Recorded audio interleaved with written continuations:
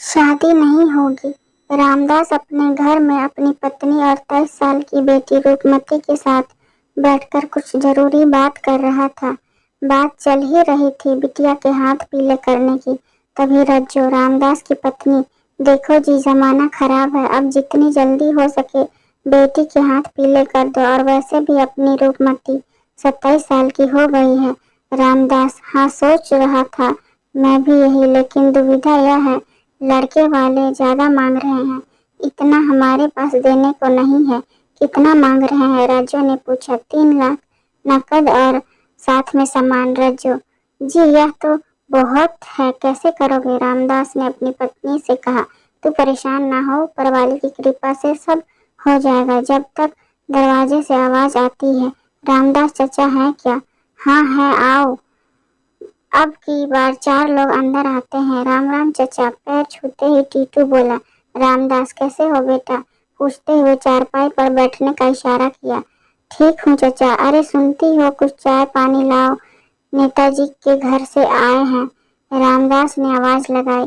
टीटू, अरे नहीं चचा, अभी अभी प्रधान जी के यहाँ से पीकर आए हैं, इधर से गुजर रहा था तो सोचा आपका आशीर्वाद लेकर चलूंगा। आशीर्वाद तो ईश्वर का है, रामदास बोला। टीटू, और क्या चल रहा है? आपकी बिटिया कैसी है? शादी की बात की कहीं?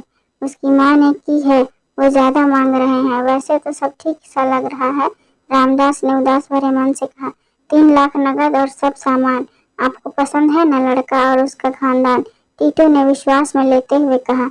हाँ सर, हिलाते हुए रामदास ने कहा। टीटू, चचा चिंता न करो, जितना हो सके सब करो, बाकी मैं नेताजी से बात करके करवाता हूँ। आखिर हमें भी तो थोड़ा सेवा का मौका मिलना चाहिए, आप लोग हमारे लिए इतना करते हो, और आगे भी चुनाव आ रहा है, 2 महीने बाद तो थोड़ी सी सेवा हमारे हिस्से में भी आने दो। रामदास ने कुछ नहीं कहा, बस जरूरत भरी निगाहों से टीटू के चेहरे की तरफ देखता रहा। अच्छा चलता हूँ, तुम तैयारी करो, शादी की तारीख आ जाए तो बताना, मैं नकद भिजवा दूंगा।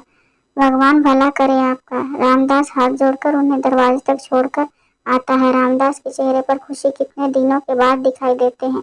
रज्जो भी वहीं आ जाती है और दोनों बातें करते हुए खुश होते हैं। शादी की बात पक्की हो जाती है। धीरे धीरे शादी के दिन नजदीक आते हैं और शादी के काम भी होते रहते हैं। निमंत्रण भी बढ़ गए। रामदास की चिंता बढ़ने लगी। नेताजी के यहाँ से कोई हाल पूछने नहीं आया। रज्जो, रामदास से बात कैसे करोगे? ना हो तो आप ही चले जाओ नेताजी के घर, नहीं तो फजीहत हो जाएगी।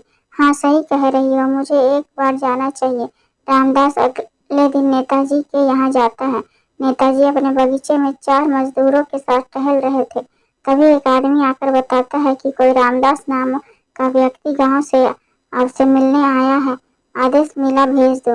रामदास आकर नेताजी के चरणों में गिर जाते हैं और नतमस्तक होकर प्रणाम करते हैं। अच्छा ठीक है, उठो उठो, कैसे आना हुआ? नेताजी, आपके यहाँ से 2 भाई आए थे और आश्वासन देकर गए थे, बिटिया की शादी में कुछ सहायता के लिए। बुलाओ टीटू को। अपनी सफेद दाढ़ी पर हाथ फेरते हुए नेता ने मुस्टंडे से कहा। प्रणाम करते हुए टीटू बोले, जी साहब, आपने याद किया है? यह रामदास जी, हाँ, आपको बताए थे ना हम इनकी बिटिया के बारे में जिसकी शादी होने वाली है। अच्छा, यह वही है? नेताजी ने याद करते हुए पूछा। तो कब है शादी? नेताजी ने रामदास से पूछा। 27 अप्रैल, रामदास ने उत्तर में कहा। नेताजी, अरे यह तो चुनाव के बाद है, 20 को तो चुनाव है, तभी तो सेवा का मौका मांगा है, हम खुद आएंगे बिटिया के मंडप पर, चिंता ना करो। रामदास हाथ जोड़कर बोला। मालिक, फजीहत हो जाएगी, भैया के कहने पर किया है हमने, नहीं तो हमारी हैसियत से बाहर था। तो चिंता ना कर, खर्चा पैसा आ जाएगा, शादी भी धूमधाम से होगी। नेताजी ने एक मुस्टंडे से कहा, इशारा करते हुए। रामदास जी के थोड़े से हाथ गरम कर दो। जी हुजूर, कहते हुए उसने रामदास को एक नोटों की गड्डी दे दी। रामदास ने अपना माथा नेताजी के चरणों में रखकर कहा, हुजूर ध्यान रखना। नेताजी बोले, ध्यान तो आपको रखना है 20 को। जी हुजूर। रामदास चलता है। आज तारीख 20 है। रामदास ने अपने परिवार में सबको समझाकर नेताजी का खूब ध्यान रखा।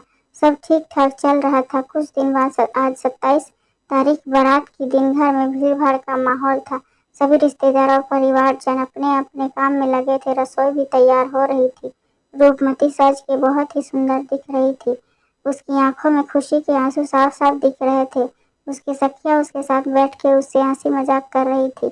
यह सब चलते चलते कब शाम हो गई, 6 बज गए, पता ही नहीं चला। बारात आने वाली होगी, किसी ने कहा। तब तक आवाज आती है, बारात तो आ गई है। सब लोग बारात देखने के लिए दौड़ पड़े। राम राम जी कहते हुए नेताजी और उनके बहुत से आदमी घर आ जाते हैं। रामदास और कुछ परिवारजन उनकी खुशामद में लग जाते हैं।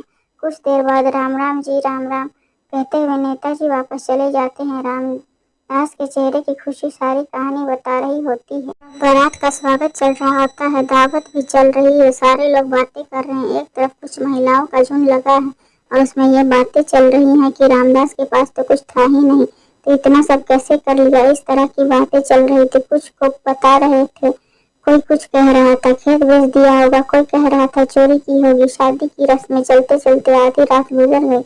रामदास और रज्जो कई दिन बाद ऐसे साथ बैठे थे। रज्जो की आंखों में खुशी के आंसू थे, बोल रही थी अपनी बेटी सुंदर लग रही है। रामदास बोला, अपने देवेंद्र भी कम नहीं लग रहा है। हाँ, वो भी अच्छे लग रहे हैं, चलो कुछ खा लेते हैं। थोड़ी देर में 4 बंदूकधारी आ जाते हैं और रामदास को एकांत में ले जाते हैं। पता नहीं बोलते हैं और 5 मिनट में वापस आ जाते हैं। रामदास मायूस उदास रोता हुआ एक कोने में बैठ जाता है। थोड़ी देर में हड़कंप मच जाता है। हर किसी के मुंह से एक ही शब्द निकल रहा था, चोरी हो गई, चोरी हो गई। खबर आग की तरह फैल गई।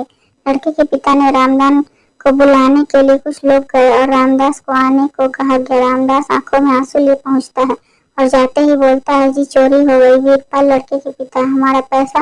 रामदास, बाबूजी जिंदा रहूंगा तब तक देता रहूंगा। वीरपाल, पर अब ये शादी नहीं हो सकती, मैं मर जाऊंगा बाबूजी। रामदास यहाँ दौड़ते हुए कहा, अगर जिंदा रहना चाहते हो तो 3 लाख दे दो, अभी तो मेरे पास रोने के अलावा कुछ नहीं है बाबूजी। मैं वादा करता हूँ आपको दहेज पूरा दे दूंगा। वीरपाल ने अपने लोगों को वापस चलने का आदेश दे दिया। लोग तैयारी करने लगे। इधर रामदास ने चारपाई पकड़ ली। उसे दिल का दौरा पड़ने लगा। उसके आसपास लोगों की भीड़ लग गई। कोई हवा करो, कोई पानी ला दो, ऐसी आवाजें आने लगी। रज्जो का रो रो कर बुरा हाल हो रहा था। उसकी बहुत ज्यादा रोने की वजह से आवाज निकलना भी बंद हो गई थी। कुछ देर बाद रामदास को होश आया और वह अंतिम सांस ले रहा था। उसकी आंखें लगातार पानी की नदियां बहा रही थी। बहुत भीड़ भाड़ का माहौल हो गया था। बाराती लोग भी वहां पहुंच गए थे। रामदास, अब मेरी बेटी से कौन शादी करेगा, यह शब्द बार बार कह कह कर रो रहा था। तभी भीड़ में से तेज स्वर में आवाज आती है, मैं करूंगा शादी। चारों तरफ सन्नाटा। सब मुड़ के उसी की तरफ देखने लगे।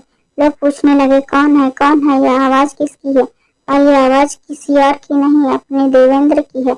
रज्जो ने रामदास को उसका हाथ पकड़ते हुए बताया। कुछ बाराती लोग बोले, देवेंद्र पागल तो नहीं हो गए हैं, क्या कह रहे हैं आप, अपने पापा को जानते हो। हाँ जानता हूँ, मैंने जो कह दिया सो कह दिया।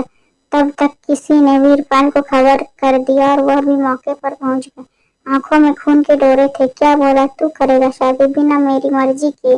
दहेज के नाम पर एक पैसा नहीं दे रहे हैं ये लोग, ऊपर से झूठ बोल रहे हैं।